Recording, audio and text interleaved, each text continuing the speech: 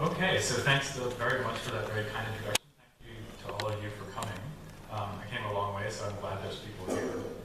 My grandfather was an engineer and designed jet engines, and once went to an engineering conference in Australia from his home in the United States.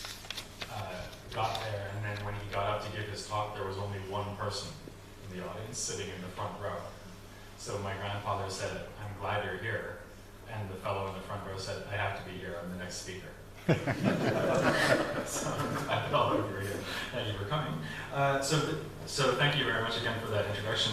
This talk is in a way about my own intellectual autobiography.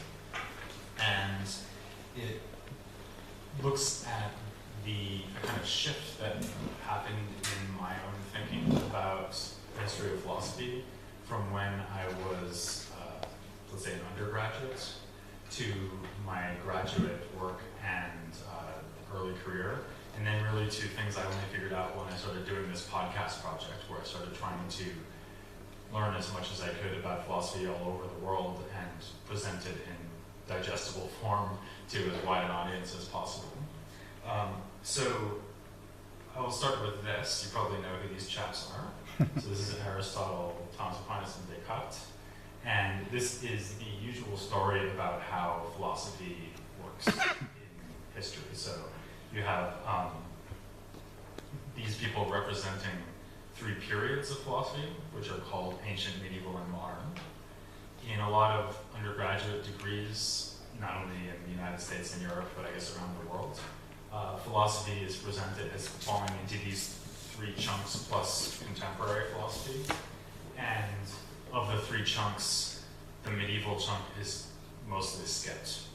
So with the first chunk, ancient, and the last chunk, early modern, I could have put in Plato or Socrates, and I could have put in Kant or Locke or Hume. But for medieval, I could really only have put Thomas Aquinas, even though he's not even the most important Latin scholastic medieval philosopher, in my opinion. But he's the one medieval philosopher who most people have heard of, and make the one who's most likely to get into a kind of standard undergraduate curriculum. So the idea here is that actually, as Dilip already mentioned in the introduction, philosophy is born in Greece. The word philosophy, of course, is Greek, philosophia, and it's passed on to Latin medieval culture. It's translated into Latin from Greek, and then it reaches early modern Europe. We have the Enlightenment. They sort of tear apart Latin scholastic philosophy and make it into something more interesting. And I think that actually a lot of contemporary philosophers, especially in the analytic tradition, would kind of think that the real history of philosophy, the part that's interesting, really starts in the early modern period. So they might identify Hume as the first philosopher who they really think they can learn something from, who seems to be engaged in the kind of project that they're engaged with. So a lot of my work over the last 20 years or so has been devoted to trying to question this picture by putting in a different picture, which looks like this. So now I have arrows instead of people.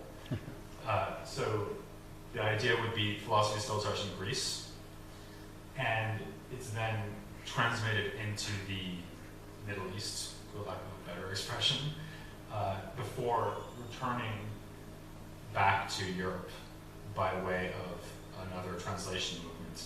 So the idea here would be that you can really think about it in terms of languages. And a lot of my work has been about actual translations of philosophy. So my PhD and my first book were about an Arabic translation of a Greek author named Plotinus.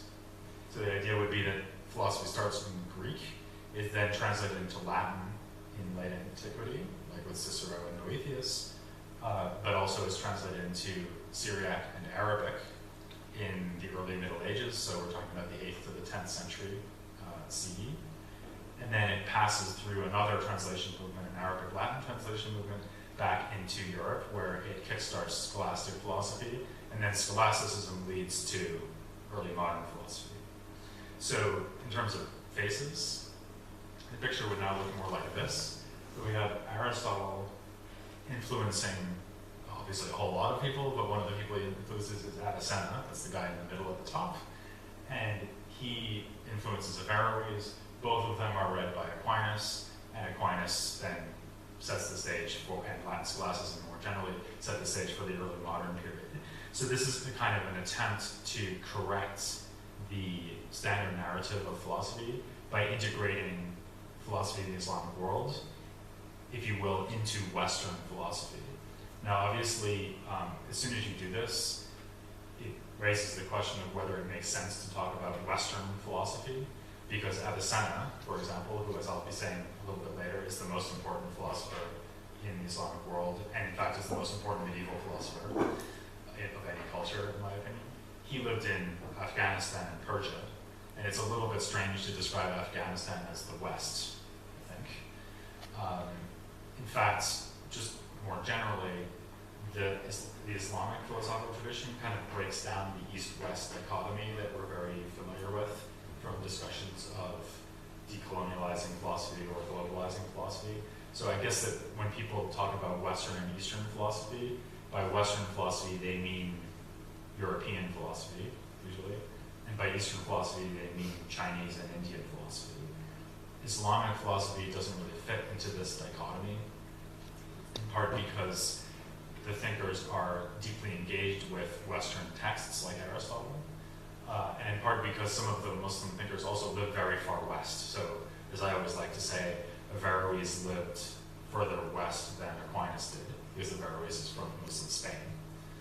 So, really, Western and Eastern are not very accurate ways of describing this, and I might still keep using the terminology of Western and Eastern out of laziness, but I don't really believe in it. Speaking of which, I don't really believe in this anymore either. So I think this is an advance, but there are several problems with it. And I now think that the history of philosophy looks more like this. So obviously I could go on at length about each arrow here. So some of the arrows I don't know very much about. For example, I don't know a lot about the transmission of Chinese philosophy into Japan and Korea, which I've tried to get on there. But the basic idea, I hope that is adequately conveyed by the graphic, is that I now see the history of philosophy as a kind of ceaseless exchange of ideas and doctrines and arguments across cultural boundaries and across time, where the transmission very often, and in fact I'm going to be arguing really almost always, if not always, happens through translation. So a lot of what I'm going to be talking about is translation of texts from one language into another. And here I think there's an important question that we need to raise, which is how ideas travel. So because as I just suggested, there's a very real sense in which the history of philosophy is just the history of textual transmission within a language and across languages. So if you think about, just thinking about within a language for a second, so Greek philosophy begins actually not in Greece, but on the coast of modern-day Turkey with the pre-Socratics, and actually they're not writing in Attic Greek, but leaving that aside, they're writing in another dialect of Greek. But in Greek, generally speaking, you have pre-Socratic philosophy, and then the inevitable consequence of having pre-Socratic philosophy is that you have Socrates. Right? They must have been so relieved when he turned up. We've been waiting for you for 200 years. So then you have Socrates, you have Plato, you have Aristotle, you have Hellenistic philosophy, so you have this, which is Stoics, Skeptics, Epicureans. You have late ancient philosophy, which is mostly Neoplatonism, and you have Byzantine philosophy, and that's about 2,000 years, because Byzantium falls in 1453 with the final fall of Constantinople to the Ottoman Empire. And actually that's more than 2,000 years after the pre-Socratics. So you have philosophy going on in Greek and being directly transmitted in Greek that entire time. So that shows you how long and significant a philosophical tradition can be within a language without any translation needed. Incidentally, it's maybe worth bearing in mind that, and I won't say a lot about this, but I think it's worth flagging, when we talk about the transmission of ideas, we're also talking about the transmission of physical objects, namely texts. And if you've ever asked yourself, how in the world can it be that we're able to read the works of Plato and Aristotle? Well, first of all, you should ask yourself, right? Because what we've got from ancient Greece is basically pottery, stone, like stone monuments and buildings, and Plato and Aristotle, plus other texts, right? How can that be? Well, it's not because we dug up old ancient Greek books of Plato and Aristotle's texts written in them, with a few exceptions. We do occasionally find papyri that are preserved, for example, in Egypt. And there actually are philosophical works that are inscribed on stone, but as you can imagine, they're not super long. You can imagine trying to chisel out Plato's Republic on a wall. You need a big wall. So the reason we are able to read Plato and Aristotle and other Greek philosophers is that their works were copied, and then copied again, and copied again, and again, and again, and again, and again, until we get to the Byzantines, and their copies sometimes survive. So when you're reading a modern translation into English of Plato and Aristotle, what you're reading is an English translation of someone's best guess at what the original Greek was, and that's based on surviving texts that date from about 2,000 years after Plato and Aristotle. So that is to be treated with extreme caution, actually, because as you might imagine, there's a lot of uncertainty about what the text should actually say. In any case, that's written transmission within a tradition, within a single linguistic tradition. But what I'm mostly interested in this lecture is transmission of ideas across linguistic boundaries and cultural boundaries. And that is supposed to be represented by this thing here on the right. So I don't know if you can read that, but that's the same text in 4 different languages. So that's a really good example of how you would have the same language, or say the text rather, in this case in Latin, Greek, Arabic, and Hebrew. You have the same text available in multiple languages simultaneously, produced by scholars who can read at least 2 of those, read and write in at least 2 of those languages. You have a lot of really fascinating kind of translation techniques and methodologies here. So, for example, it seems likely that in 12th century Spain, by having an Arabic speaker who could also speak the local Spanish vernacular, translate it into the vernacular, and then someone else who knows the vernacular and Latin, translate that into Latin, and the vernacular version never existed on paper because it was probably done orally. That's at least one guess about how it might have happened.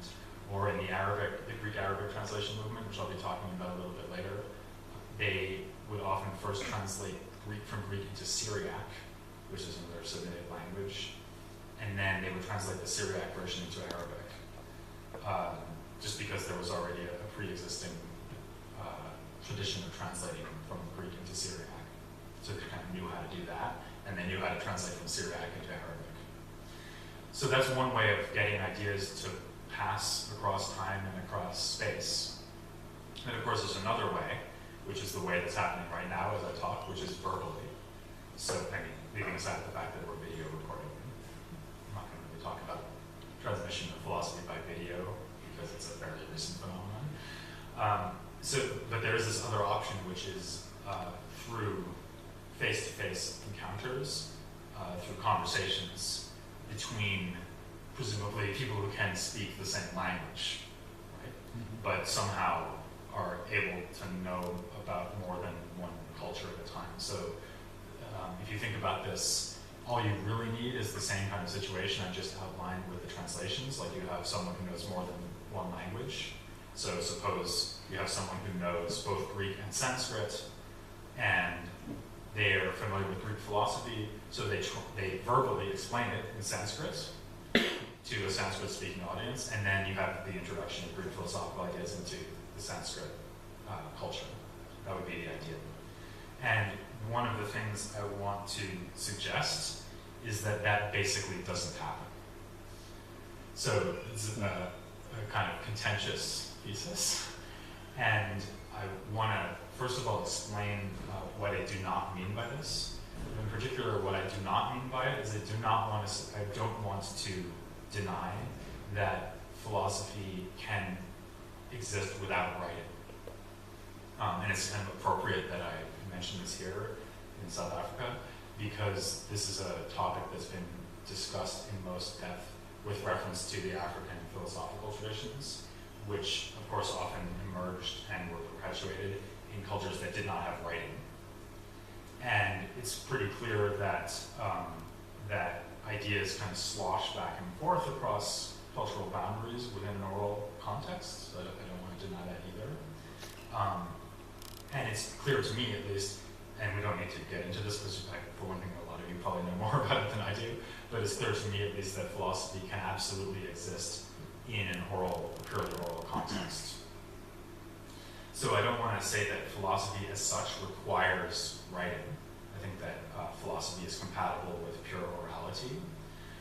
What I want to doubt is that you can have an engagement in one culture with the ideas of another culture through purely oral means, which is as profound and significant and formative as is possible in the case of written translations.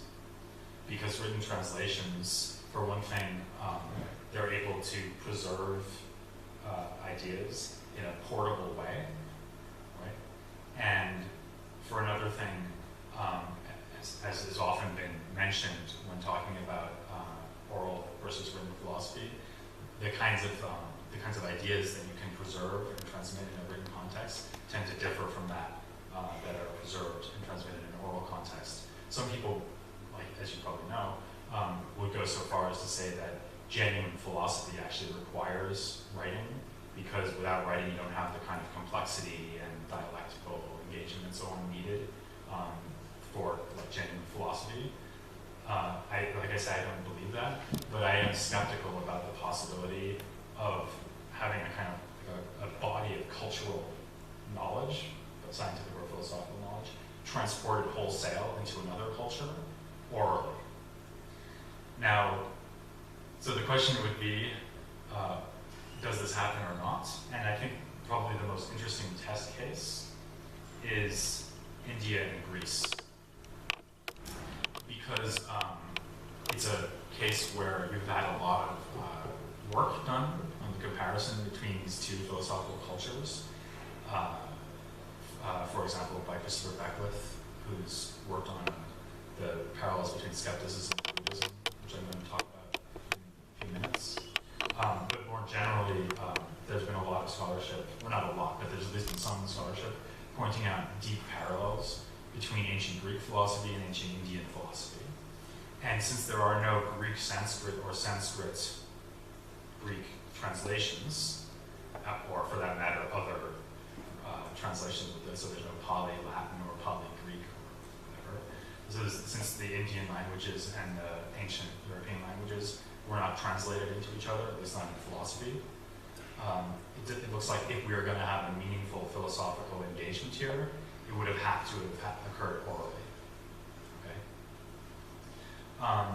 And furthermore, it looks like there are a lot of parallels between the two traditions that make this a plausible hypothesis.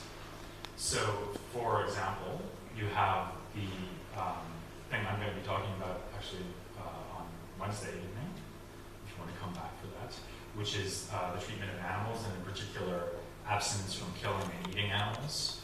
And it's quite striking that you get that in ancient Greece, in the Pythagorean tradition, and you also get it in ancient India in a number of the different traditions, but most prominently I suppose Jainism.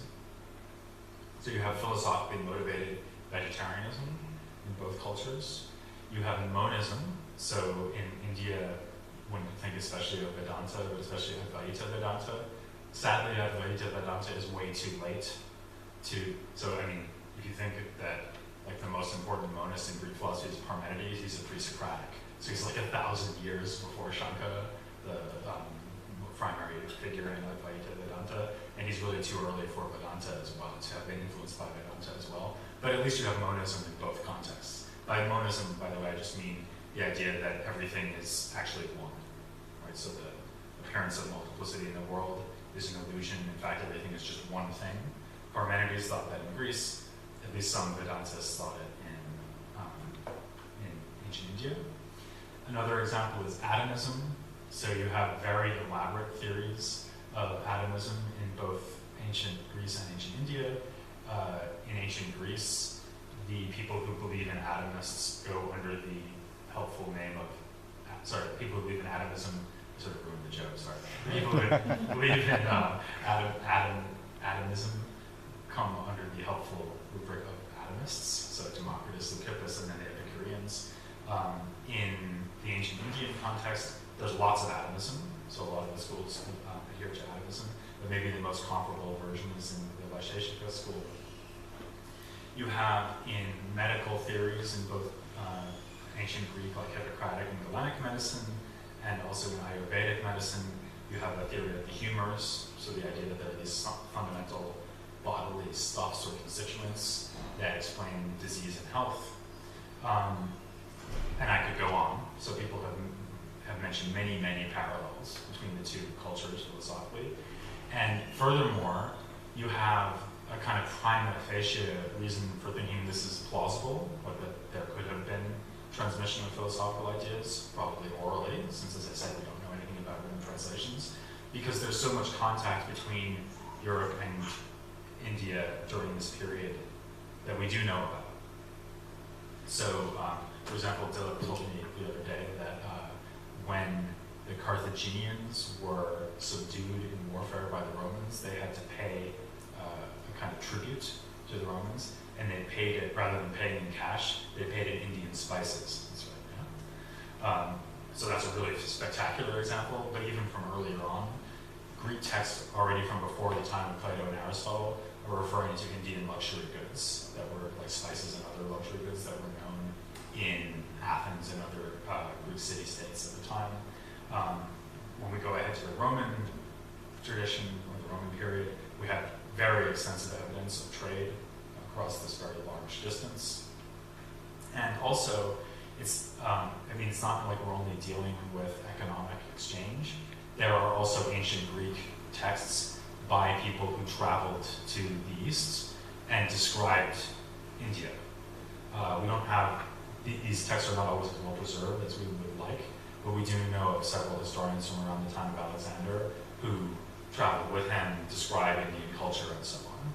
Their descriptions of the culture are not always accurate, but at least we know that there was an encounter there. However, there are also some reasons to be skeptical about this. So, for one thing, look at the map. That's a long way.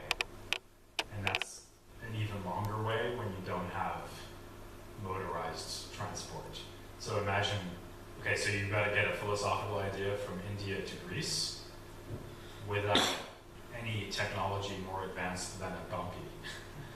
That's not going to be easy. It's just really far. So I tried to figure out how far it is, and I spent at least 5 seconds working on this. So I think what I did was I put into Google, how far is it from Delhi to Athens? And it came up with about 3,000 miles. Of course, it's really further than that because you can't just fly, right? So you have to go along coast and boats. It would be a big pain. So that's one problem. Another problem is that these two societies are extremely elitist and not the kinds of societies that would be obviously willing to share their ideas with outsiders. So I don't know why I put Indian elitism, I should have put Greek and Indian elitism. So the Greeks famously call everyone who's not a Greek a barbarian, and the Indians have a corresponding word for non-Indians. I guess maybe the reason I put Indian elitism is that in India you even have these elaborate stories about how hard it is to get a guru to share their wisdom with you. So you have all these stories about, people having to sit outside the guru's house for years before the guru will even let them carry water for them, et cetera, et cetera, et cetera. So the suggestion that you get in a lot of ancient Indian literature, already in the Upanishads, for example, is that it takes lots and lots of very convincing work to get a teacher to take you on as a student. And that's between 2 members of the Brahmin class in India. So now imagine some Greek-speaking person, a barbarian, shows up, is probably only there for a few months, and wants this same sage to tell them all of their, like, the complexities of their philosophical teaching.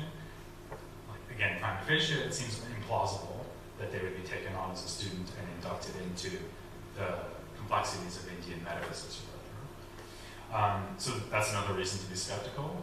There's also the lack of a translation movement, which I've already mentioned. But I think the biggest problem, and the reason that I'm skeptical most of all, is that when I actually looked at this at some length, because we did a podcast episode about Greek and Indian intellectual exchange, and I've read a lot of the work that's been done comparing the two cultures philosophically, and it seemed to me that when you look at any one parallel, what you find is that there's a sort of at first glance similarity that falls apart pretty quickly when you start looking more closely. So just to take one example, I mentioned before that in both Greek medical theory, like Hippocratic theory, these some Hippocratic texts, and in Ayurveda, there's this idea of bodily humors. Right? And so a lot of people say, oh look, there must be influence between Greek and Indian medicine one way or the other. But in fact, at least the kind of canonical list, so the list that would be most likely to be transmitted, don't match. So in India you have wind, bile, and phlegm. Okay, bile and phlegm match, but you've got wind instead of blood and black bile. But I think more significantly, they play a different role functionally in the medical theories. In fact, they almost play opposing roles, because at least according to my understanding, in Ayurveda, the humors explain disease. So it's their presence in the body and their kind of movement around the body that gives rise to disease. Whereas the humors in Greek medicine, in the first instance, explain health. So it's when they're in balance that you're healthy, and it's when they're not in balance that you're not healthy. Now, obviously, you can find in Ayurveda also ideas about balance and humoral equilibrium, and you can find in Greece the idea that humors cause disease by being present, especially present too much. So in fact, the word melancholy comes from the Greek for black bile, because melancholia, so melancholy, was originally a disease that's caused by a buildup of black bile in your body, supposedly.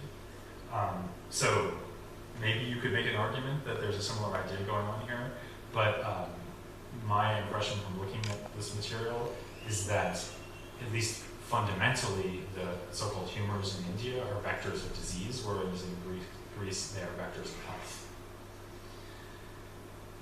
However, there might be better examples, and I think probably the most promising case that I came across is this one, and this is actually the one that's been studied by Christopher Beckwith, who I mentioned earlier. So the two figures on here obviously are not very close to each other in time, but I picked them because Nagarjuna is my favorite Buddhist philosopher. He's really amazing. Everyone should read Nagarjuna. And Pyro is a Greek skeptic. Nagarjuna is also a kind of Buddhist skeptic who tries to undermine the concepts and arguments used by other schools, just like the so-called Pyrrhonists do. So we have these two kind of skeptical strands within Greece and India. And the thought might be that Greek skepticism either influenced or was influenced by Buddhist skepticism. This is Beckwith's thesis.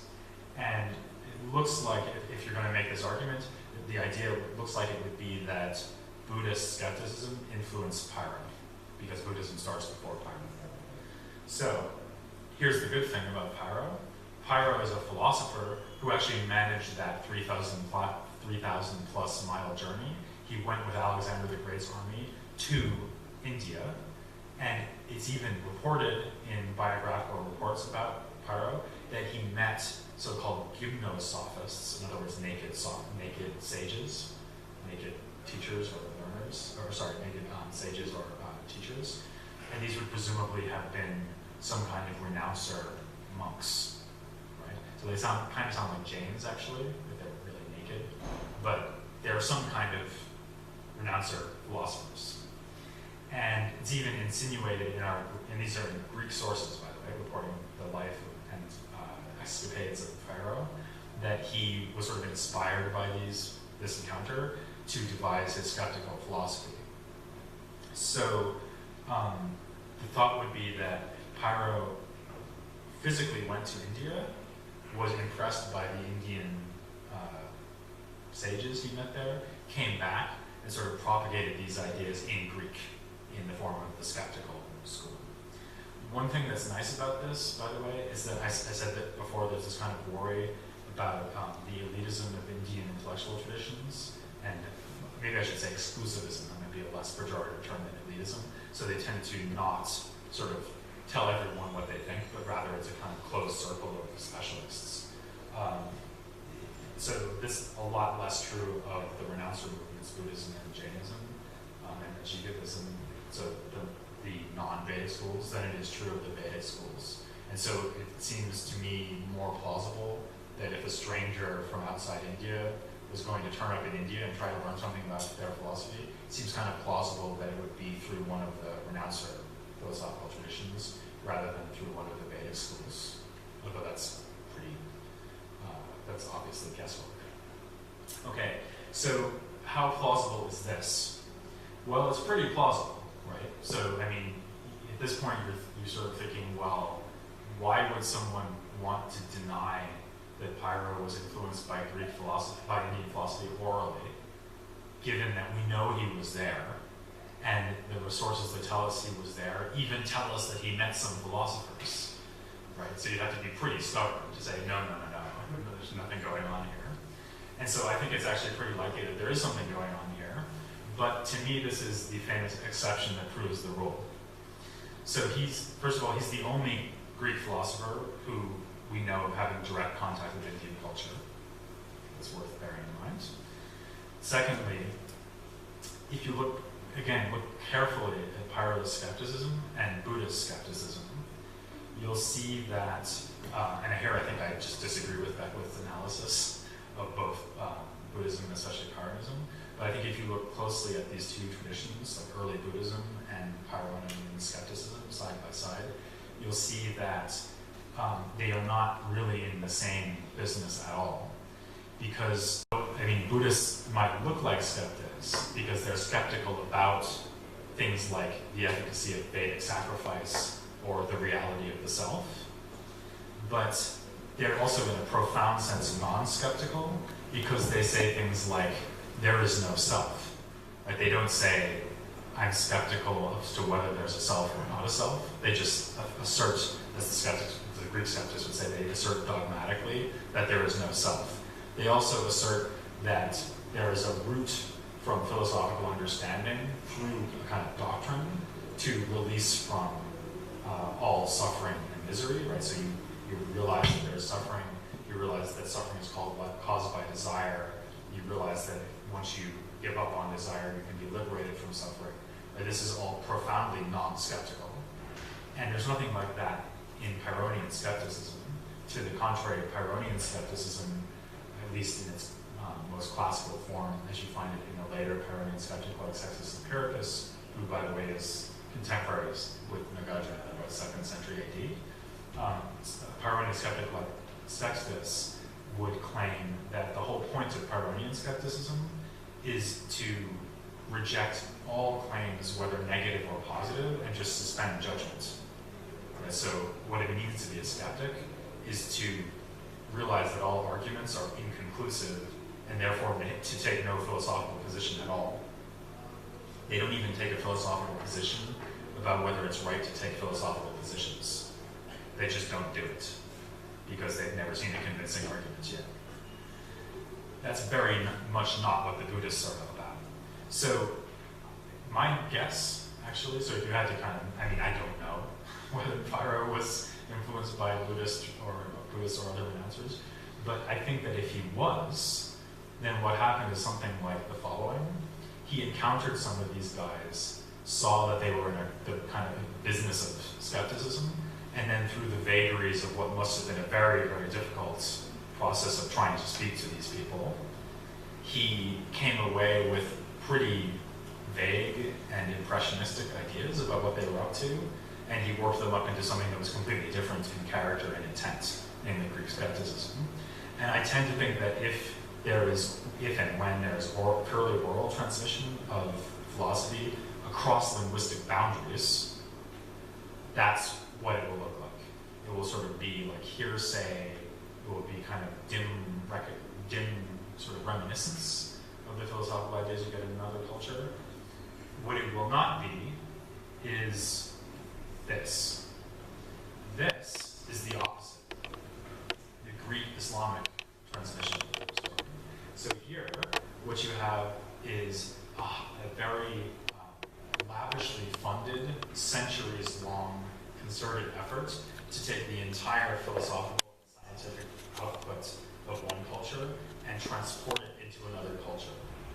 This is something that, like I said, was done from the 8th to the 10th centuries AD or CE, and it was steered from the highest levels of Islamic society. Now, I should say that this in itself is part of kind of a larger story. This, again, is something that I've only come to see relatively recently. So, like I said, I used to think that the story here is really about Greek philosophy being translated into Arabic. And, okay, that's by way of Syriac some of the time, but basically it's a Greek-Arabic Latin transmission, sort of a circle, right? Like one of my first picture that I showed you with the map. Now I actually realize that if you sort of step back and look at everything that's going on in philosophical translations between, let's say, the 4th century and the maybe 13th, 14th century CE, what you have is Greek philosophy and science being translated into literally every, or maybe not every single language, but pretty much every language that's contiguous with Greek culture. So not just Arabic, but also Latin, Syriac, Georgian, Armenian, Ge'ez, which I'll come on to later, because I'm going to say something about the Ge'ez, or Ethiopic transmission of Greek philosophy.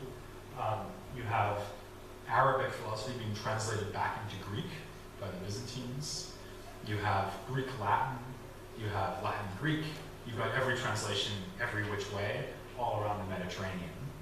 And the special thing about the Greek Arabic translation movement is that it just had the best funding, in a sense. This is a testament to the power of funding, which is something Doug could tell you all about. So, for example, that's why I'm here, because Doug got some funding. Same thing here. So they got the higher of aristocrats to fund, or actually higher of aristocrats that apparently really had the idea themselves. And they found people who could translate from Greek into Arabic, and they made it happen. So it's really a government project, sort of like building the interstate highway system in the United States during the Great Depression. So why did they do this? Or sorry, before I get to why, who did it?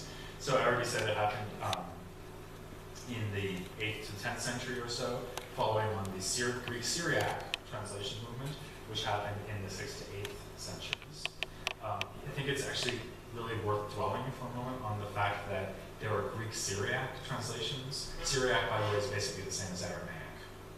That helps situate where we are. So it's another Semitic language, and it's something that basically happens within a Christian monastic context. So there's translation of a lot of religious material, so obviously the Bible, but also biblical commentaries and other religious writings from Greek into Syriac.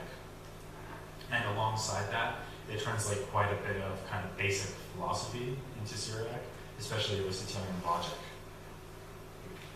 And then Islam comes along in the 7th century, and about 200 years, or even 150 years after that, you have the rise of the second great caliphate in Islam history, the Abbasid Caliphate, and the aristocrats of the Abbasid Caliphate find mostly Christians to translate Greek works into Arabic. And the reason they find Christians is that there are still very large Greek-speaking Christian communities, especially in Syria.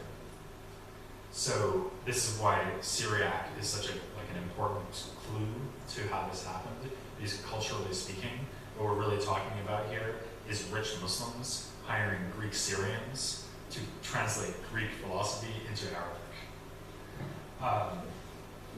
Now, why did they do this? Sorry, I'm still too early for why. What and how? I forgot there's all these questions before I get to why. So what did they translate? The answer to that is easy. They translated everything. They translated everything they could get their hands on, pretty much, with a few exceptions. Pretty much the only thing they don't translate is literature. Maybe because they think it won't work in translation, or maybe because they just don't care. So for example, they don't translate Homer early on, which is like the first thing we would, if we were translating one thing from Greek culture, we would start with Homer, right? They don't bother with Homer. They don't translate Hesiod. They don't translate Plato, which is interesting. Maybe because they think Plato is literature rather than thinking of him as philosophy, which is pretty reasonable. Of course he's a philosopher, but he's also very literary. But I think the real reason why they don't translate Plato is that they're too busy translating Aristotle.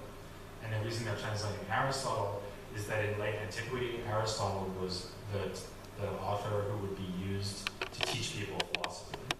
So, if you showed up at university, as you all have done, and you took philosophy, as you either have done or should have done, you would kind of walk in, and the first thing that the teacher would hand you was a book by Aristotle named his Logic.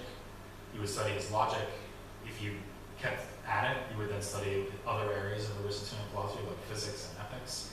And then if you kind of got your PhD, you might read some Plato. And what this meant is that, textually speaking, there's lots and lots of manuscripts of Aristotle and lots of commentaries on Aristotle as a kind of helping aid for teaching his works to students. So I think that when the Muslims looked at this Greek tradition, basically they saw lots of Aristotle and thought, okay, that's philosophy, we'll take that. But it wasn't just philosophy, of course. They also translate a lot of scientific works, like Ptolemy and Euclid, so mathematics, optics, geography, books about the weather, engineering, you name it. So there's like a very hard core of the physical sciences plus Aristotle. And then in addition to that, in philosophy, they translate works by Platonists, albeit not Plato. They only translate Plato. Actually, this is kind of funny. They're really interested in medicine, so they translate as much as they can from this medical figure named Galen. Galen lived in the 2nd century CE. He's probably the most important figure in the history of medicine. So just as Aristotle in Europe for about 2,000 years, Aristotle was synonymous with philosophy. For about 2,000 years, medicine and Galen were synonymous, right down to like the 17th century. People like Descartes was still reading Galen, for example. Actually the way they wound up reading Plato is that Galen had written summaries of Plato's dialogues, and they translated those because they were by Galen, not because they were interested in Plato. Anyway, so they have some Platonist texts, they have basically all the Aristotle we have, and they have a lot of scientific works. What the translations were like is a subject we could talk about for an hour or more. Like I said, my first book is about this. To make a long story short, sometimes the translations are so literal that it's hard to understand them. Like it's almost like a Greek word into Arabic word, next Greek word into another Arabic word, and so on. It's not quite that bad, but it can be like really hard to understand in Arabic. But as time goes on, their translations get much more kind of elegant and like nice to read in Arabic. Okay, finally, why? Yes. Okay, so I think something that's kind of easy to overlook here is that, forgetting about philosophy for a moment, if you're sitting in 9th century in Iraq, you might want to know about mathematics, medicine, and other useful things like astronomy and astrology. And so you might start looking around who's written about these things, and basically the answer is the Indians and the Greeks. And they translate a lot of science from India, especially astronomy and astrology. They also translate, like I said, all these scientific works from the Greeks. And I actually think that historians of philosophy tend to overlook the possibility that they translated Greek philosophy just as a kind of side effect or afterthought of translating all of this really useful science. Because let's face it, philosophy is not very useful. But some of the same people who do science in Greek are also doing philosophy. So, like if you're interested in Galen, you might get interested in Platonism. If you're interested in Ptolemy, you might get interested in Aristotle, and so on. Also, Aristotle himself, of course, wrote a lot about science. So he writes about cosmology, he writes about physics, he writes about weather, he writes about animals. So they may have actually just thought of Aristotle primarily as a physical, natural scientist, and then translated his works on the soul and metaphysics and so on, kind of alongside his scientific works. Another factor would have been competition with Byzantium. So let me go back to a map. So Byzantium, obviously the capital of Byzantium is modern day Istanbul, so Constantinople, so Turkey. So there's a kind of, the Byzantine Empire forms a kind of wall between the Islamic world and the Latin Western Europe. Of course, the Muslims are all the way over in Spain as well, but the Islamic heartlands look at Europe and see the Byzantines. They don't see the Latin-speaking West. In other words, they don't see the former Western Roman Empire, they see the former Eastern Roman Empire. And in fact, they call them the Romans, and the Byzantines call themselves the Romans. So the word for the Byzantines in Arabic is Rum, i.e. Romans. And in, like I say, in Greek, the Byzantines call themselves the Romans. So they think that they're dealing with the Greek-speaking ancient Roman Empire when they deal with Byzantium. And of course, there's almost constant warfare between the two cultures. So one of the reasons why they translate Greek, at least this has been argued by Dimitri Gutas, who wrote a whole book about the subject, one of the reasons was probably just competition with the Greeks. And so effectively they were saying, we're enlightened and rational, you're not because you're Christians. You believe all kinds of ridiculous things, for example, that the same thing can be both 1 and 3, because you believe in the Trinity. You believe that God can become a man. You're irrational, we're rational. And look, we've mastered your rational sciences better than you have, because we're Muslims, rational Muslims, you're irrational Christians. And sometimes this is really spelled out explicitly in the kind of propaganda that came along with the translation movement.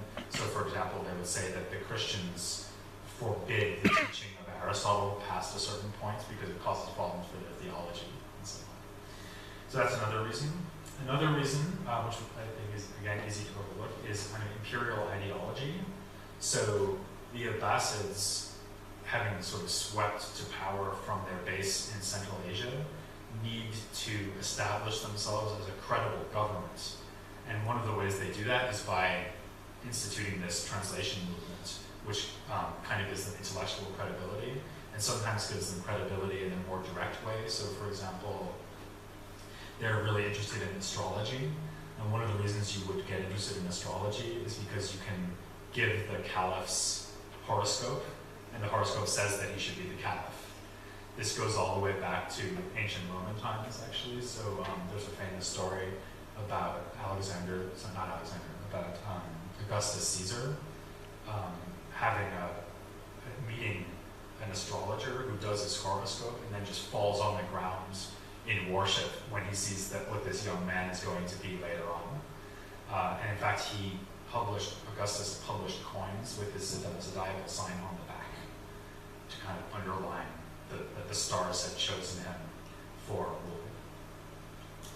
And then a final reason why I think they were interested in this material is that they could use philosophical arguments to buttress the Islamic faith and to argue for it. And in fact, you see a lot of texts from this period where they are using the methods and techniques of Aristotelian logic to defend Islam against Christianity or vice versa.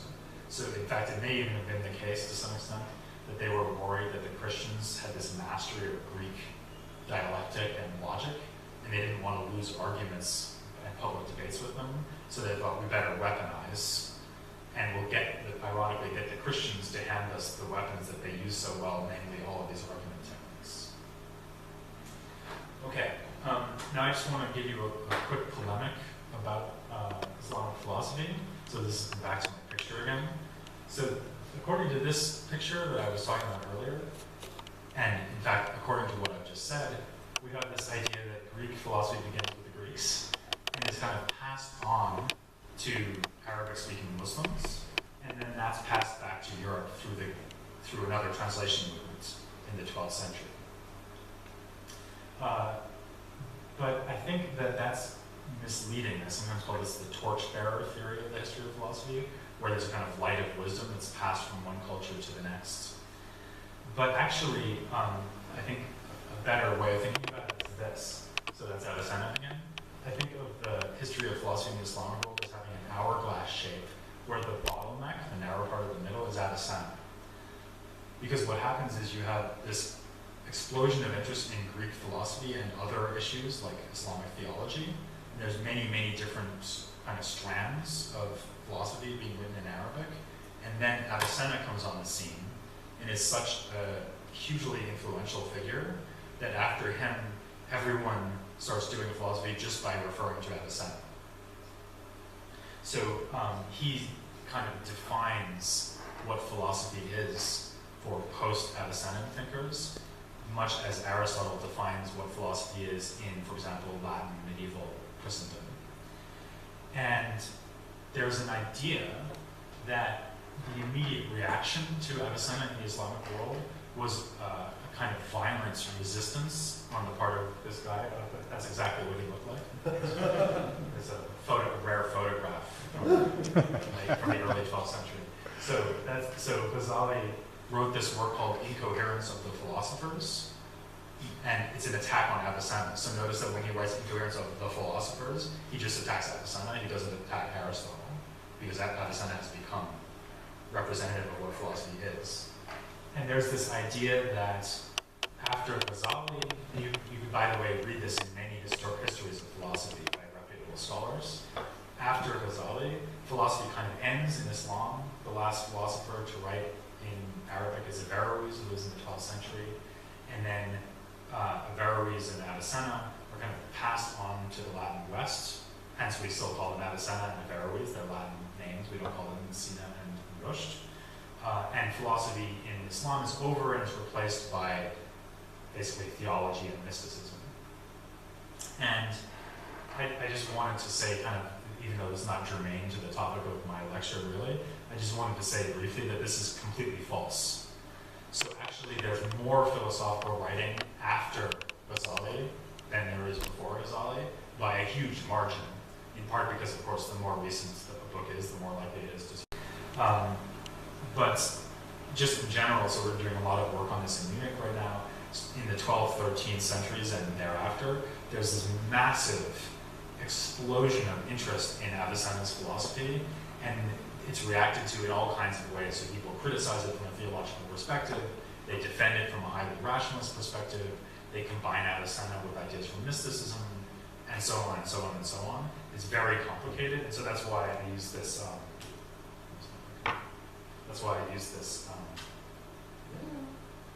hourglass picture, because there's a kind of broadening up of possibilities after Avicenna. So everything reacts to him, but in lots of different ways.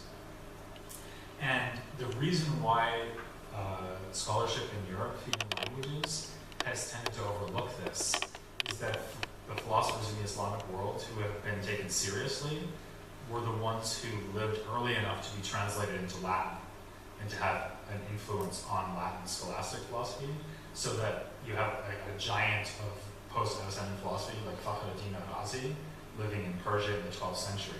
So probably most of you have never heard of him, right? You've probably heard of him, right? Yeah. But maybe you're the only one in the room who's heard of him. He's like incredibly interesting and important, and writes these massive, massive philosophical treatises about Avicennan thoughts. And no one has ever heard of him in Europe because he wasn't translated into Latin.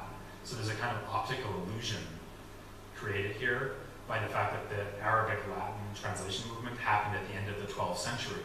And lo and behold, you get the story that Arab philosophy in Arabic or in the Islamic world ended in the 12th century. Just as it happens exactly when we translated into Latin.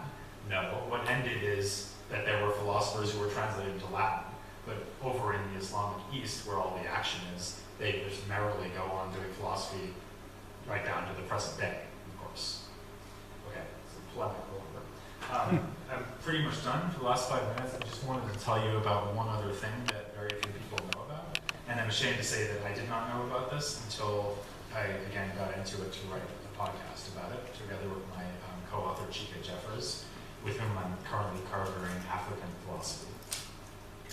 So, I'm an expert in Greek philosophy and the transmission of Greek philosophy. And so I kind of knew that obviously I knew there was a transmission of Greek philosophy into Latin and Greek. I maybe kind of knew that there was a transmission into Armenian and Georgian, because there's some Aristotelian commentaries and so on that exist in those languages. But what I did not know until about a year ago is that there was a translation, you could even call it a translation movement, but a much smaller one than into Arabic. But there were a series of translations made starting in late antiquity of Greek religious and also philosophical literature into Ethiopic, so a text called Ge'ez, which I'm probably saying wrong, but something like that. There are a bunch of these texts. So they're not sort of highly technical treatises by Aristotle and figures like that. They tend to fall into the category of what we might call popular philosophy, like lists of wise sayings or philosophical narratives, and also sort of literature that's sort of on this cusp between philosophy and religion. So a really interesting case is the Kebra Nagast, which is the story of how the Ark of the Covenant was taken away from the court of Solomon and brought to Ethiopia, transferring the center of Christendom from the Holy Land to Ethiopia. This is obviously religious propaganda from Ethiopia, although it does explain why Indiana Jones had to go to Africa to find the Ark of the Covenant and not to the Levant. So that's good to know. So, I mean, you could sort of like dismiss this on the grounds that it's like not serious philosophy, but first of all, I want to kind of remind everybody that most people don't, when they think of philosophy, they think of like wise sayings, or they might think of Descartes saying, "I think, therefore I am," right? They don't think of the details of Aristotle's metaphysics. And in fact, in all of these cultures, what philosophy is to a large extent is sort of wise material that you would repeat in learned settings or maybe at a nice dinner party. And this exists in Arabic, it exists in Latin, and it exists in Ge'ez in this highly monastic context. There's a fascinating text, I think the most interesting philosophical text in Ge'ez, which is called this Tale of Secundus, which exists in, I forget how many languages, but it's like maybe 7, 8, 10 languages. So all of these languages that I mentioned around the Mediterranean, they've all got the Tale of Secundus. This is like a philosophical bestseller that no one's ever heard of. And when I tell you what it's about, you'll understand why it was so popular. So here's the plot. There's this guy named Secundus, and he's sent off by his family to become a scholar as a child. So he grows up, he becomes a learned scholar, he becomes a philosopher. And one day he's reading a text that says, "Beware of women because they always lie. And in fact, they're all whores." And he thinks, that can't be true. That's a ridiculous generalization. So he has the reaction we would want him to have at that level. His next move, though, is maybe not quite what we'd expect and approve of. He decides to return home and try to seduce his own mother to see if she'll sleep with him. As you probably wouldn't do. Like, I think we say in the podcast, do not try this at home. So he returns home. Since he left when he was a child, and he's now an adult, they don't recognize him. And he offers his mother money to sleep with her, sleep with him. And she's like, all right. And in this version, in some versions, they actually have sex. In this version, he refuses to actually sleep with her. I mean, he sleeps next to her, but they don't have any intimate encounter. And in the morning, they get up, and he's like, by the way, I'm your son Secundus. And she's so appalled that she runs into the garden and hangs herself. Now, he's so appalled that he decides that he should take a vow of silence and never speak again. And he becomes renowned as this silent philosopher. So sometimes it's called Secundus the silent philosopher. A king hears about him. There's this wise man. He knows everything, but he's silent. So the king summons Secundus to his court and says, tell me everything you know, and of course Secundus doesn't say anything. So the king says, tell me everything you know or I'll kill you, or I'll have my men kill you probably. Secundus still doesn't say anything, and the king is impressed. So the king says, fine, just write it down. And Secundus says, okay. No. Secundus remains silent and agrees to write it down. And so the first part of the text is the story that I just told you, and the second part of the text is wise sayings. And you get this long list of sayings about ethics, physics, you name it, kind of in aphoristic form. And this is, I think, a really interesting philosophical text. It's interesting in many ways. It's obviously very, it really casts a light on the close interplay between misogyny and Greek intellectual culture that was then transmitted to these other cultures. But also the material itself is really fascinating. And as I say, I think it's kind of emblematic of what people really understood philosophy to be in these cultures. Okay, so wrapping up some modest conclusions. So, of course, a lot of what I've been saying is that there are these ideas about the history of philosophy, and they're basically false. So, I mean, I don't know how many of you kind of walked in here with the idea that philosophy was something Greek that's been passed down through these other cultures like medieval European or early modern Europe, or even Greek, Islamic, Latin, medieval, early modern. But, I mean, just speaking from my own experience, every time I've had some kind of idea about the shape and extent of philosophical transmission, I've always found out later on that there was a whole bunch of stuff I was missing. So just to give you another example, another thing we covered in the Africana series of the podcast is the reception of Islamic logical works in West Africa in the early modern period. And I mean, I mean, with all modesty, like I'm totally an expert on Islamic philosophy. Like I have almost as good credentials to call myself that as anyone you could imagine, and I didn't even know that this existed until I read up on it. So I felt really embarrassed not to have known. So not only should you like always question these narratives of how the history of philosophy has looked, but you should also not think that like I just figured it out.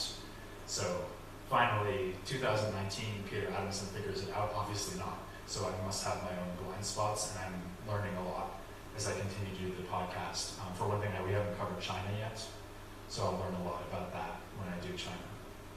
Okay, so don't believe anyone, not even me. That's one lesson. Another lesson is that this whole Western-Eastern thing is basically BS. So really what you have to imagine is that whenever you've got a textual tradition of philosophy, you have to expect that there will be encounters between that textual tradition and the other literary traditions surrounding it. And it seems to me that that happens to varying degrees, but generally speaking, it seems more likely to happen than not. So something I didn't talk about, for example, but which fits the paradigm extremely well, is the history of Buddhism going from India into China. Right? So that's obviously a very elaborate translation process involving numerous languages, and then it goes from there into all of Southeast Asia. You also have dissemination from India to Sri Lanka and so on. So I could have actually told you, I couldn't have, but someone, Dilip probably could tell you a similar story instead of focusing on Greek philosophy, just thinking about Indian philosophy and how it disseminates to the rest of Asia. So it actually is a really interesting empirical question when these textual transmission processes happen, when they do not, and why. But generally speaking, it's very, very common, and it's easy to underestimate how much it happens and how many languages are involved. But, so that's like a kind of note of optimism. We should expect cultural legacy to spread through different languages and cultures. But, as I said before, I tend to think that when this happens in a way that's really profoundly formative for traditions in the history of philosophy, it is because of the textual transmission and not an oral transmission. So again, I'm not saying that philosophy has to be written. I deny that. Philosophy can be oral. But if you want a culture that is a philosophical culture that exists as an articulated, systematic whole, to be received as such by another culture, then you're probably talking about written translation and not oral transmission. Okay, thanks very much.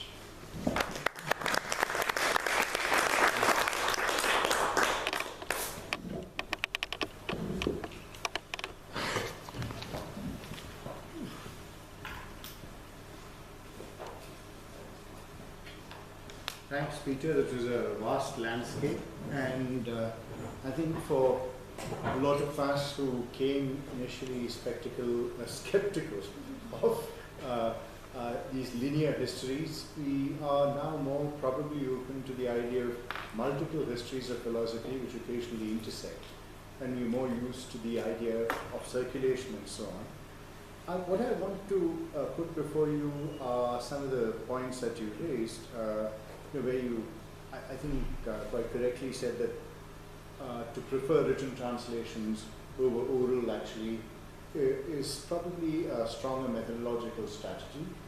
But when one thinks about the relations between Greece and India, and you suggested that Google shows you that it's really actually far apart, and it's an empirical point. Well, we must also consider that Alexander made his way to Greece in 326 BC, and he didn't have Google then, which probably helped. Right? Yeah, That, he didn't think about the distance. So when you do have... Even more important is he didn't have Netflix. Yeah. That really would have stopped. It would have been We can't go there, there's no good reception. yeah.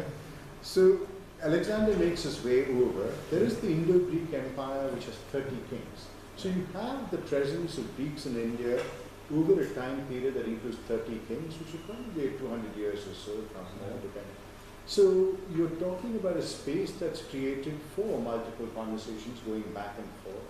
Your Megasthenes' Indica, which is written around, Megasthenes dies in 350 BC, so slightly before. That's what I meant when I was talking about the history of that. Yeah. So there are these possibilities, so one can't possibly overrule the idea of there being these multiple conversations which go back and forth, of which we have no textual trace. Sure. Yeah? And so I think that's an open question right now. So that's, it's just to suggest that if one looks at not the land route, but then one looks at the sea route, you again have the Roman text, you have Strabo and Ptolemy and all of that. And you also have the curious phenomenon of the growth of a school of mathematics on the southwest coast of India from the 14th to the 16th century, which rests indeed upon these Arab transmissions across the history of Arab trade. And George Joseph has written about this in a book that came out from Princeton called The Crest of the Peacock. And it's called The Indian Origins of European Mathematics. So I mentioned Princeton to show that it's a respectable rather than a fly-by-night publisher. So coming from Germany, you might think that Princeton is a fly-by-night. Yeah. Where are the footnotes? So there are all of these transmissions happening, and what do we make of these? What do we make of these transmissions which are happening, where we can establish that the transmission happened, but you can't actually trace it? And very often, to take up the point that you ended with, where you have the idea of these aphorisms and sayings in Ethiopia, what we have lost is the context within which these circulated. So what we have are survivals rather than exemplars. Right? So if we treat these as survivals which indicate the existence of an intellectual culture, and not as exemplars, if we treat them as exemplars, then these are not philosophical. These are merely sayings as opposed to systematic expositions over a period of time. So, these are all historical questions. And I suppose one of the things that the history of philosophy has tried to do is to actually bring the two disciplines together in order to think methodologically about questions of textuality, philosophy, orality, literacy, and so on. But these are just general points that I want to put out there. And perhaps we can open it up for questions. Can I just say a couple of things? Oh, yes, so, please. so one thing I actually meant to issue a caveat, which is that if we were talking about astronomy and mathematics, the situation is different. So there, it's clear that there's influence, I think, from India to ancient Europe rather than the other way around, as far as I know. And there's also, like I said, there's a lot of influence from Indian science on early Arabic science. And something else I meant to mention is that, of course, eventually Islamic culture and Indian culture just overlapped because of the Mughal period, when India is actually under Islamic rule. So if you went further chronologically than I did, you get a lot of interplay between Indian philosophical ideas and Greek philosophical ideas through the Islamic tradition. So you have someone like Biruni, who interviews war captives taken by his warlord master from India, and writes a book called India, very creative sort of hint, in which he actually says, well, here's what my informants have told me about Indian thought, and it's striking how much it is like Greek thought. So he's probably the first person to do this, to compare the two, but he doesn't allege any historical information. So I just wanted to mention that. And I also wanted to say that, so my feeling about this whole, like, did India influence Greece thing is complicated at a sort of emotional level. Because on the one hand, I guess I would count myself, in some sense, among the people who would like it to be true, because it would give it would be a way, a sort of a stick to beat people who don't want to take Indian philosophy seriously. But on the other hand, I think that when people get obsessed with this idea of whether Indian philosophy influenced Greek philosophy, I sometimes worry that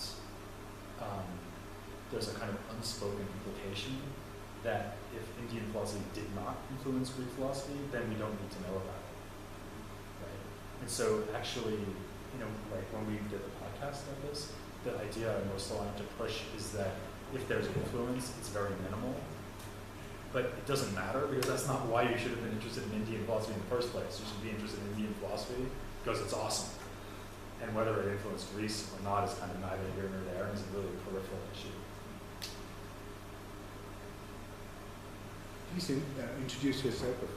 Hi, so my name is Luke. I'm actually not an academic. I've just been listening since Heraclitus, so thank you for the podcast. You mean since the Heraclitus one actually went up? Yes. Holy cow.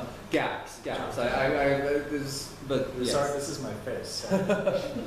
And one of my first questions you've answered, which was going to be, when is China coming? But actually it relates back to your question about this empirical question, this interest about when these transmissions happen and when they don't.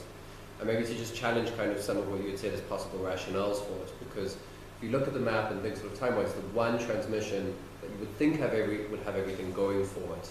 But to my knowledge, and since you didn't mention it and there wasn't an arrow in that direction, I don't think it happened, is Chinese philosophy, particularly early time and place, sort of the 10th, 11th century, a lot of Islamic philosophy in Central Asia is happening in highly unstable polities.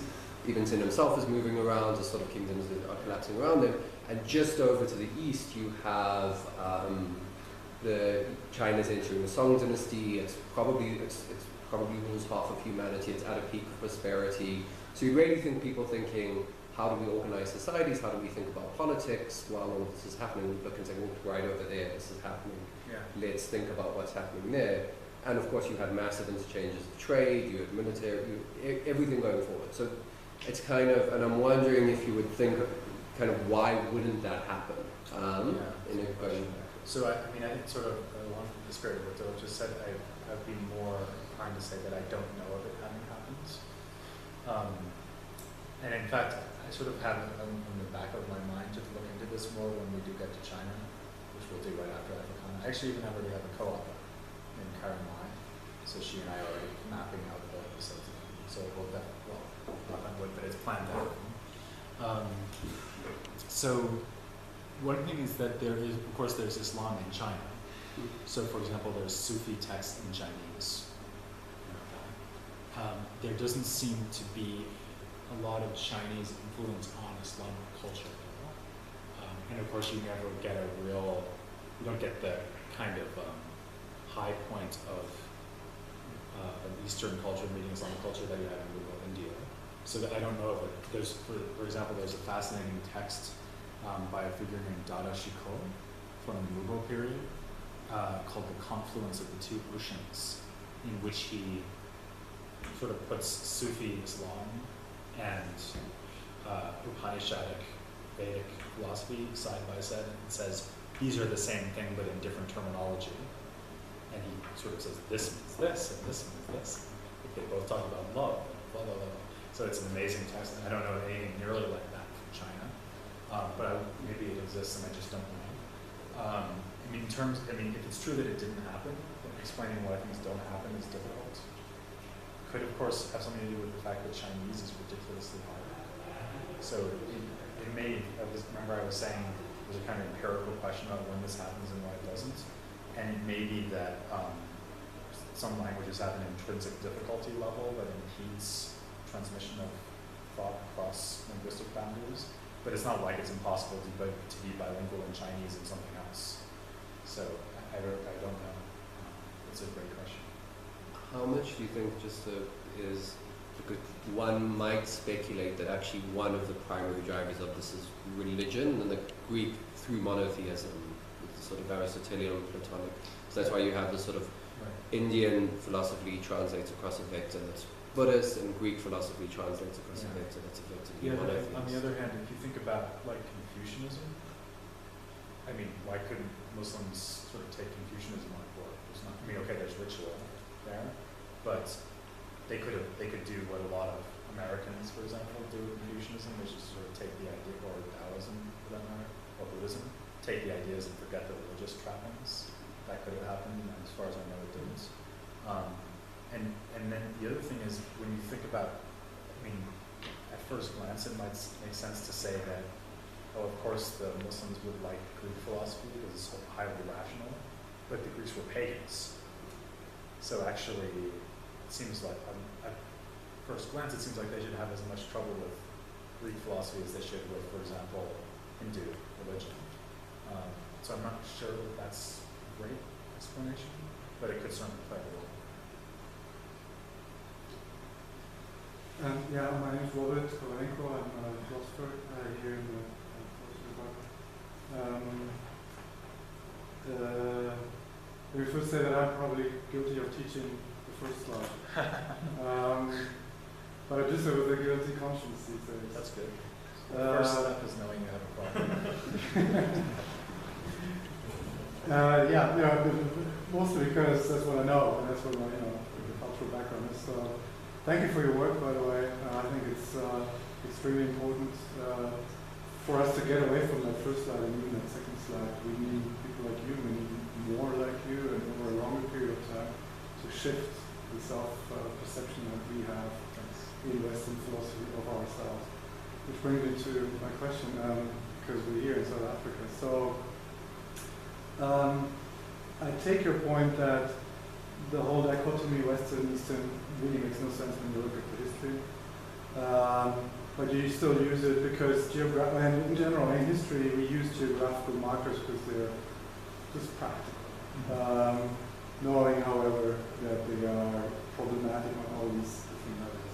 Yeah. Now I was wondering if I could just ask you or sort of pick your brain on something that's not directly related to the history that you've given us, but I would like to know what you think about this, which is the debate that we're having in Africa right now in philosophy about what African philosophy is, what its distinguishing features are from Western philosophy, and what the relationships between the two are, where and ought to be.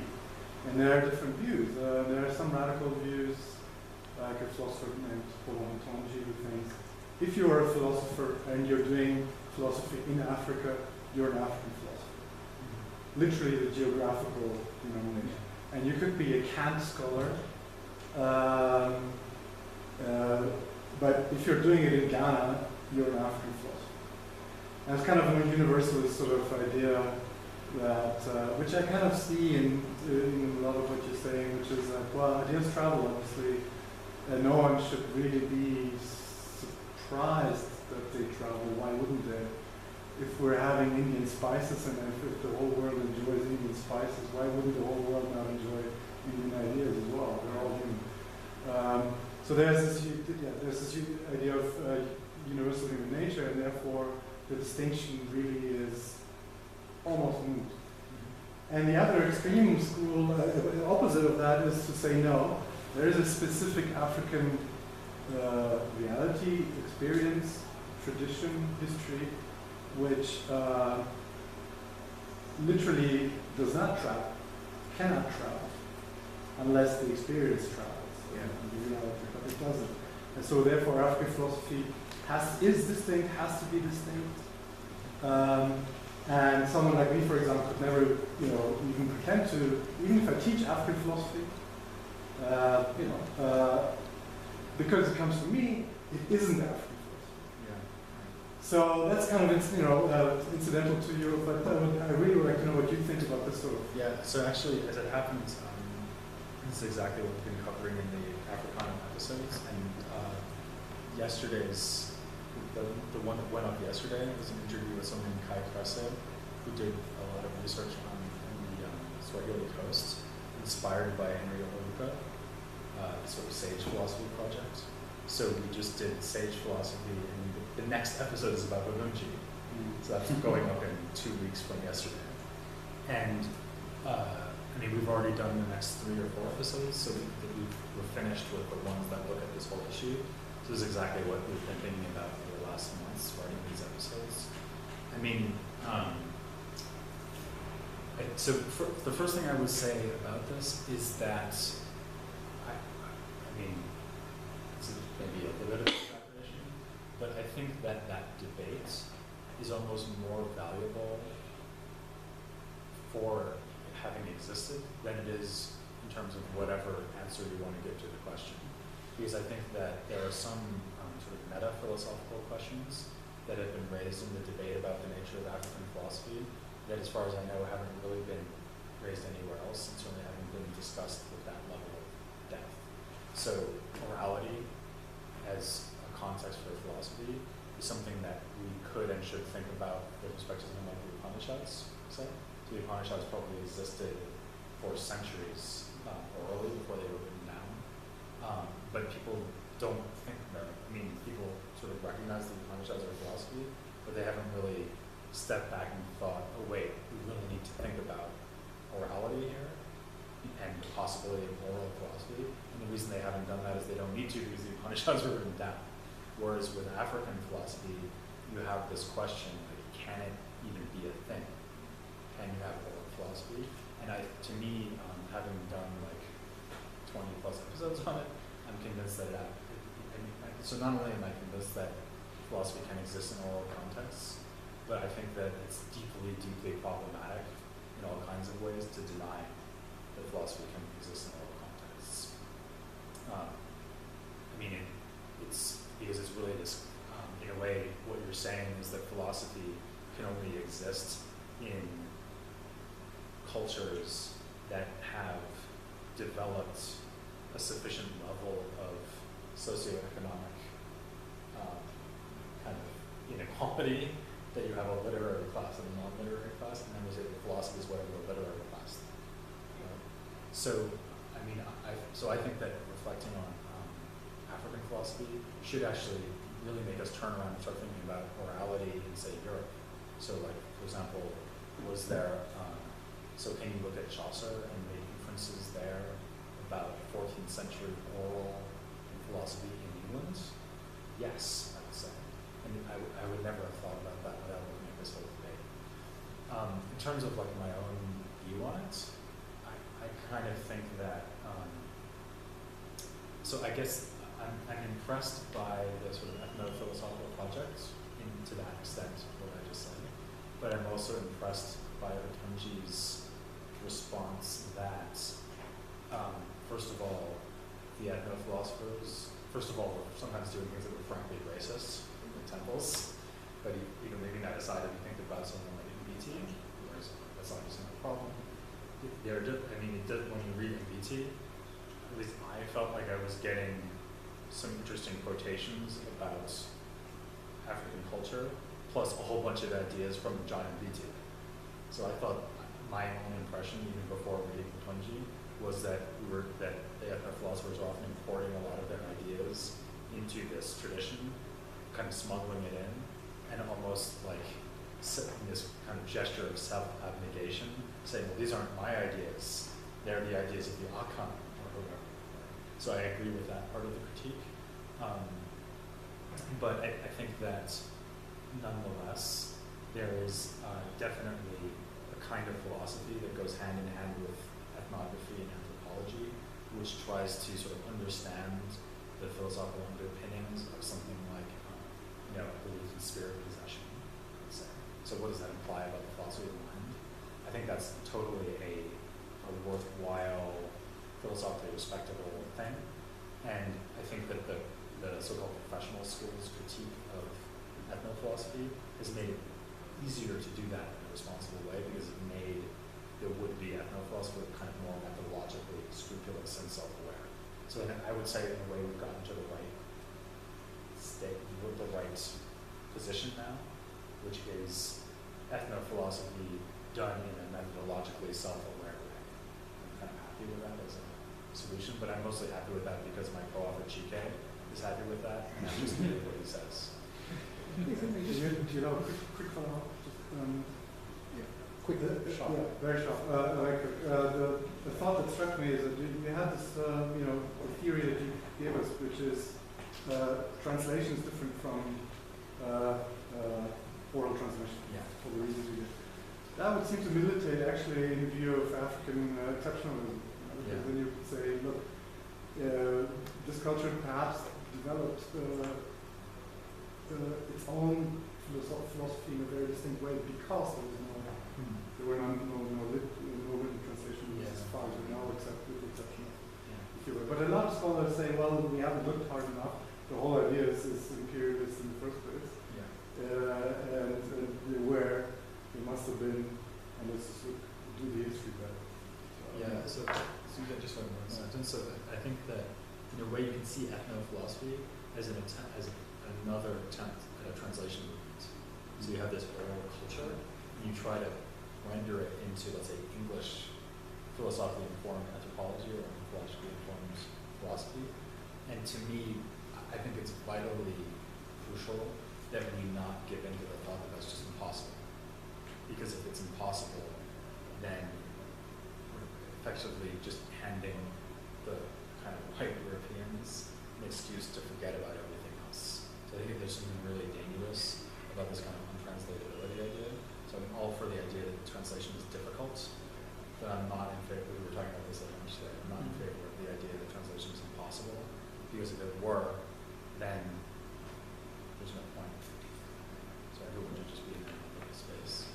Let me just draw up on some of the themes that came up. I think when we say African philosophy, what we tend to think about it in the singular.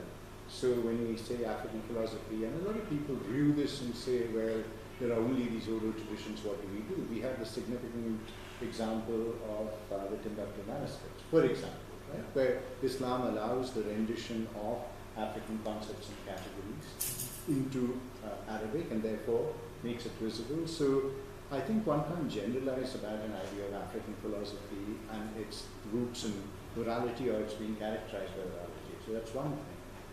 The second thing is about when we think about, when you say MBT, and ethnophilosophy, that there are certain sets of ideas and then there's a lot of MBT, right? That's true of Kant, because there is a lot of rational argument, then it's absolutely absurd arguments about Negroes, blacks, women, and so on and so forth, but we take that. We don't call Kant ethnophilosophy. Right? So I think the whole philosophers are a mixture of the prejudices of their time, their personal presuppositions. So that way African philosophy is no different from Kant, or ethnophilosophy is no different but from I Kant. think that what I'm saying about BT would be more like a Kant scholar who ascribes to Kant a lot of things that there's no real good reason to think Kant said or thought. So because what MBT is doing is not, so like, okay, MBT's idea that traditional Africa, there's no sense of the future, or there's no sense of a wrong future. So a lot of ethnographers came along and said, but what about these people over here who talk about what's going to happen in 50 years, right? So I mean, it was like immediately refuted on empirical grounds, but it's actually a very philosophically interesting idea, right? The past and the present are real, the future is not. Super philosophical thesis, and I think that in a way, like, it should be, in a way, it would be more legitimate to take it as a thesis about time that was devised by John MBT, inspired by some things he found in cultures.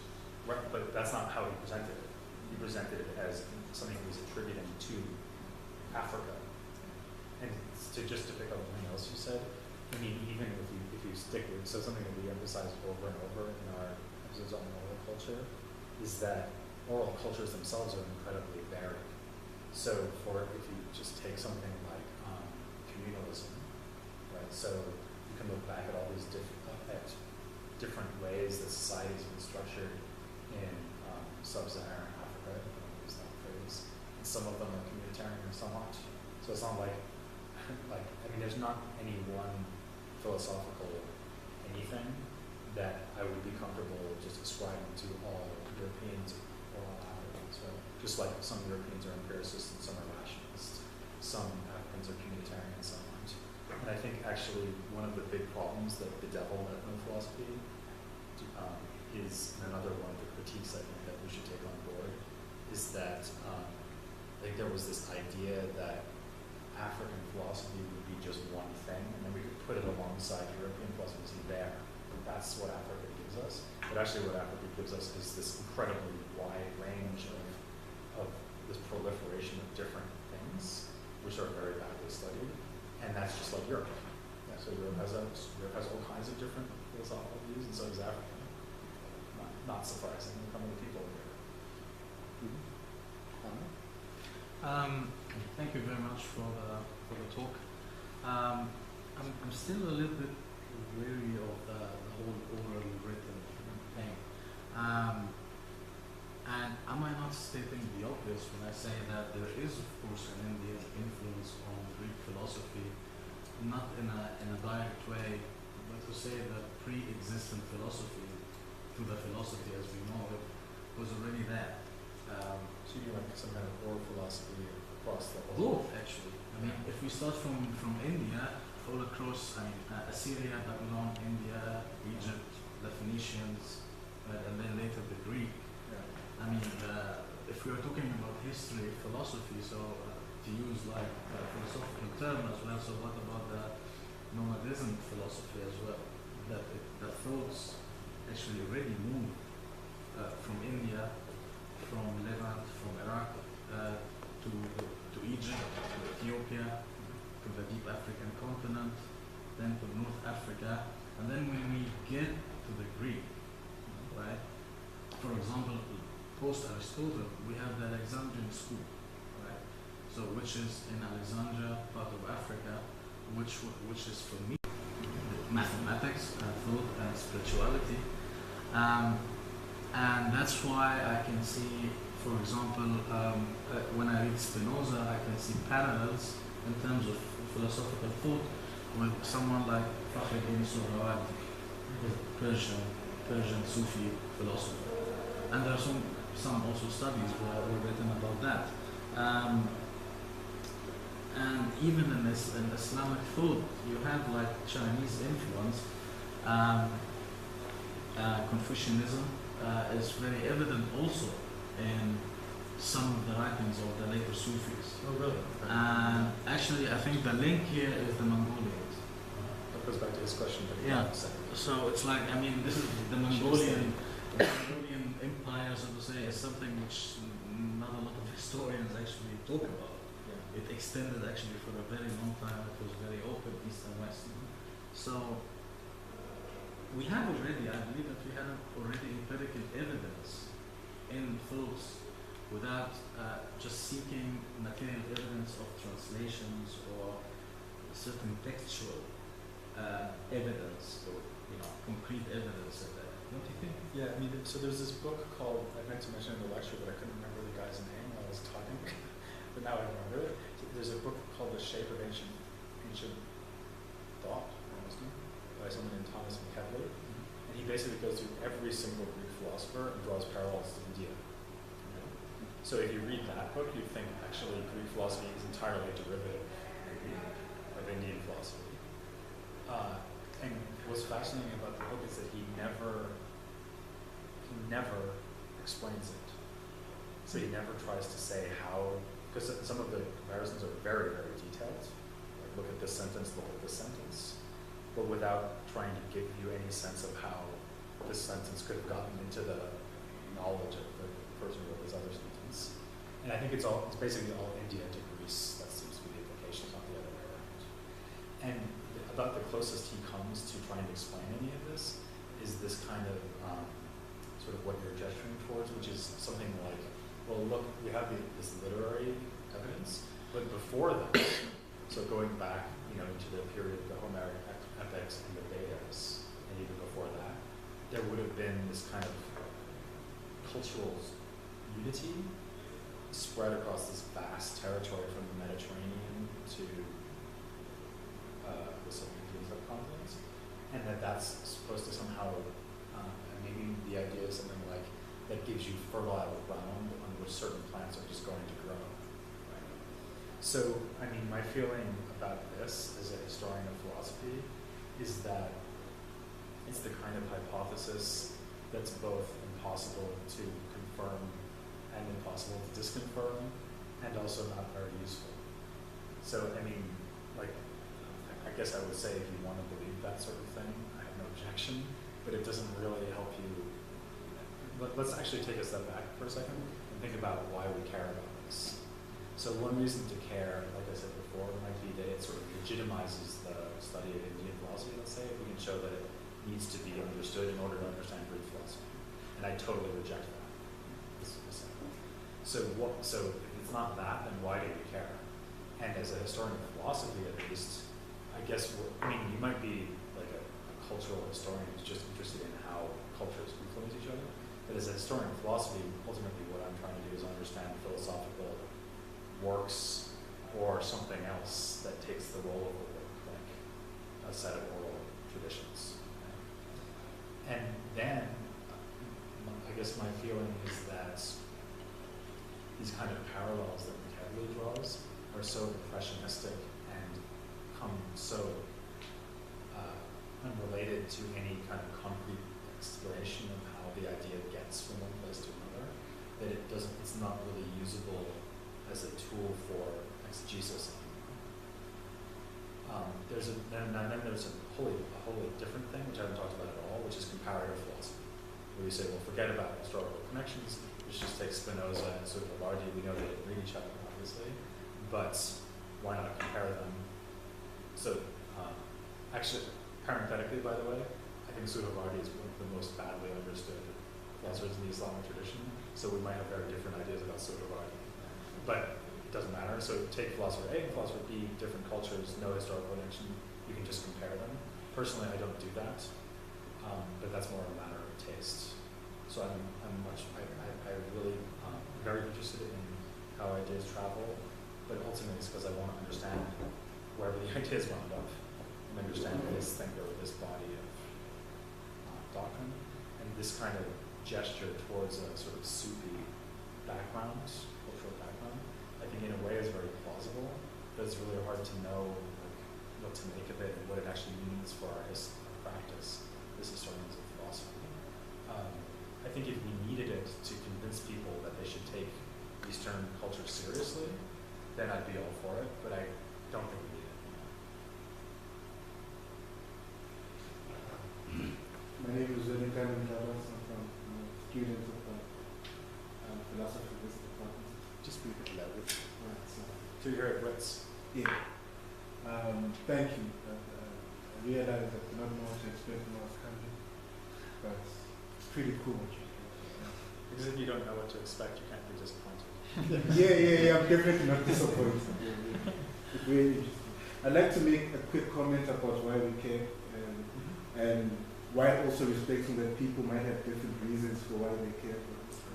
I think for me, as someone who identifies as a colonial subject of the world, it seems very important to me to know that I was not civilized. It seems very, very crucial.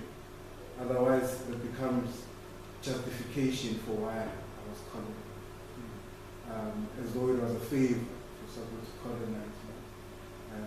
For me to hear that actually before I was colonized, I had philosophy, which is the foundation of human civilization. It means that I could not have been civilized. I was literally oppressed by someone. So I think it's important politically for the colonizer. And then, or not yet really, which is something I'm going to mention. Could you please say something, I'm sure you did say something, is that a distinction between the transmission and the translation? Did you make it a distinction? That's a good question.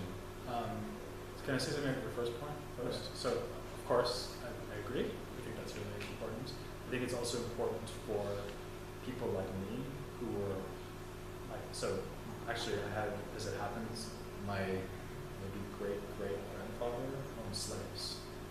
So I'm a representative of the culture that did the oppressing. And I think that it's just as important for the oppressor to know that this had no justification as it is for the people who are descended from the oppressed or are still oppressed to know that there was no justification. I have a colleague who was once talking about why it's important to show that philosophy in the Islamic world kept going after the 12th century and didn't go into decline as it was this complete intellectual collapse. And he said, the reason why we need to teach people this is because you don't use drones to drop bombs on cultures that have philosophy. Which, I mean, that's a pretty polemical way of putting it, but I think there's some truth to that. So this idea, like, we're civilized, you're not, we're educated, you're not, that is the, in a way, is the motivation for a lot of what I'm doing. But on the other hand, and here, this is what we were talking about this the other night, this is where I would differ from someone like Brian Van Martin, who's here, and making the case for the same thing, right? So he's very polemical, and he just comes out and says, if you're not willing to teach Indian and Chinese and Islamic philosophy, it's because you're racist. And that is not my sales pitch. So my sales pitch is something much more like, hey, look how interesting this is. And so in a way, like the political motivation, when I do it, usually remains pretty much unspoken because I'm more in the business of seduction than I am in the business of hectoring people and like, because I think I actually was talking to someone I went to grad school with recently, and he's kind of a somewhat conservative person in a very left-wing institution. And he was saying that, when someone tells him, teach this or you're racist, that makes him want to teach it less because he feels like he's being told to do it for the wrong reason. And and I said, yeah, this is why I always say teach this because it's fascinating and it's not that hard, we can do it. Which I think in a way is a much better, and so I kind of have the political motivation that you said, but this kind of, I'm trying to explain why I don't really lead with that. Because I think that it's probably just rhetorically better to get people doing this anyway, just because of things they already value, like being good historians of philosophy. If you argue from two different positions as well. Absolutely. It may also be that we need the Van Ordens and the Adamsons. So we need Van Orden, so you'd be the Michael Moore of global philosophy, and we need me being sort of the gentle, friendly, hey, why don't you help that cop? Yeah, good cop, he's definitely that cop. So your other question about transmission versus translation, I mean, one thing is that transmission can happen within a language. So like what I was saying about Greek philosophy, going from the ancient Greeks to the Byzantines, let's say. So they're still reading Greek, so there's no translation, but there's transmission. So that's the distinction. So when the translation happens between two different cultures, two different languages. Yeah, two different languages. I guess it goes back to I wanted to ask you about what you were saying as far as why cultures translate words from other cultures. Do they translate that word? You mentioned something about Ethiopia and how it translated Christianity maybe for propaganda. Yeah. So does it translate that word to maybe take power over how it transmits the particular tenets of the culture? Yeah, actually, so totally. And I think that actually this is something where historians of philosophy tend to be kind of naive because they act as if philosophy is just this like obvious good that will propagate itself throughout the world unless evil people stop it from doing so. as if like the default would be that philosophy spreads, wisdom just increases, right? So this would be very nice to think. But actually, I would say that you can look at any translation movement or transmission effort and get into the political and social reasons why it happens. And there may be a class of intellectuals who kind of share our values and who are studying this stuff for its own sake, basically. But realistically, I mean, you need, for something like this, you need institutional frameworks, you need money behind it. And of course, it's not even just a matter of translation, which is costly in a pre-modern context, in fact, it can still be costly. But think about just the cost of creating and storing books in the pre-modern world. I mean, they're literally made of animal skin. So a book this size in ancient Alexandria, to mention your example, would cost as much as a used car. Right? So if you walked into a library, like the Library of Alexandria, you're looking at more money than you could see anywhere else in the world on the shelves. Right? And yet historians of philosophy act as if, you know, political motivations and religious motivations and ideology was somehow always, like, we don't want our precious philosophy corrupted by the stain of ideology. The only reason we have any of this stuff is because of ideology. And I think that historians of philosophy almost never think about that, which is a real weakness of the field, actually. It's because they don't hang out around enough people to do it. On which note it might be a good point to end. I thought you were going to say that. And all of you are welcome back on Wednesday when Peter does the second lecture on animals in the Islamic world. And I'd like to thank all of you for staying for so long. And Kyle, if you could just shut off the camera, press the red button. You do it because they don't really know. Thank you.